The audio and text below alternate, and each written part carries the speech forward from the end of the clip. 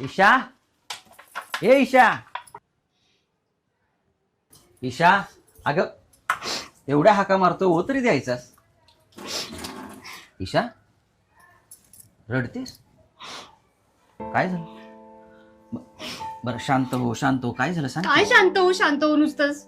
इतका अपमान, तेही माझी काही चूक नसताना सुद्धा मला सहन होत नाहीये. मी तुम्हाला आधीच सांगून ठेवते. हा, बर, कुणी केला तुझा अपमान? आपल्या खोलीच्या मालकीनबाईंनी. का? अहो, एका महिन्याचं भाडं द्यायला फक्त एकच दिवस उशीर झालात म्हणून इतकं बोलायचं असतं का? बर, काय काय म्हणाले? ते म्हणे तुमच्यासारख्यांना चांगलंच ओळखते मी, भाडं न देताच पळून जाल म्हणून. मला सांगा, आपण काही असे पळून जाणाऱ्यातले वाटतो का?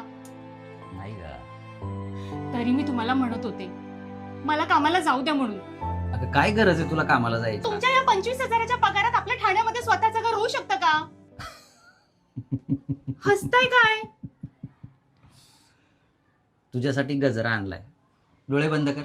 अहो, मी काय बोलते आणि तुमचं काय चाललंय? तू अशी ऐकायची नाही. तुला ना सरप्राईजच देतो. चल चल चल. अहो, काय करताय? अहो, थांब थांब थांब. डोळे उघडू नकोस. अहो, काय? हा, गजरा बघ तुझा.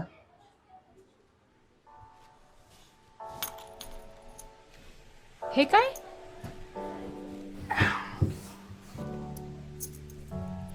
स्वप्नपूर्ती? आता तुला कामाला जायची काही गरज नाही आणि मालकीनबाईचं पण ऐकायची गरज नाही. म्हणजे आता आपल्या नव्या घराची मालकीन तूच होणार आहेस. हो. अहो, पण काळजी करू नको. फक्त 21 लाखात मिळालंय, तेही आपल्या ठाण्यात. आपलं स्वतःचं हक्काचं घर.